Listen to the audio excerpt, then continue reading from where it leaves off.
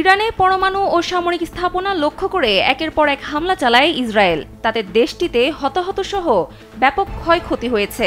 বৃহস্পতিবার ভোররাতে শুরু হওয়া এই অপারেশন রাইজিং লায়নে টার্গেট করা হয় রাজধানী তেহরান সহ ইরানের ৮টি শহর। এতে অংশ নেয় ইসরায়েলের ২০০ যুদ্ধবিমান। হামলা চালানো হয় শতাধিক টার্গেটে।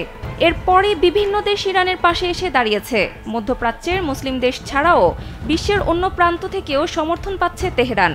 এবার রুশ একজন জেনারেল উঠলেন গর্জে। তার দাবি, ইরানে ইসরায়েলের এমন ভয়াবহ হামলার মধ্য দিয়ে তৃতীয় বিশ্বযুদ্ধ শুরু হয়ে গেছে।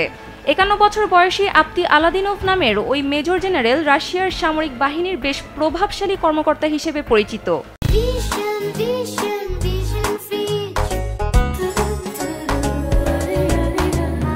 ব্রিটিশ সংবাদ মাধ্যম মিররের খবরে জানানো হয়, ইসরায়েলের এমন বিধ্বংসী হামলার পর ওই সেনা কর্মকর্তা ১০ লাখ নতুন সেনা নিয়োগ দিতে ক্রেমলিনকে আহ্বান জানিয়েছে।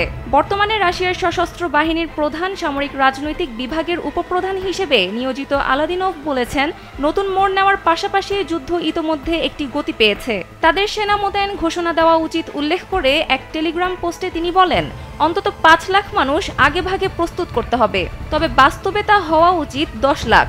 যুদ্ধ ইতোমধ্যেই শুরু হয়ে গেছে, তৃতীয় বিশ্বযুদ্ধ। এটি নতুন মোড় নিয়েছে এবং নতুন গতি পেয়েছে, তাই নতুন সেনা নিয়োগ দিয়ে তাদেরকে যুদ্ধের জন্য প্রস্তুত করতে হবে।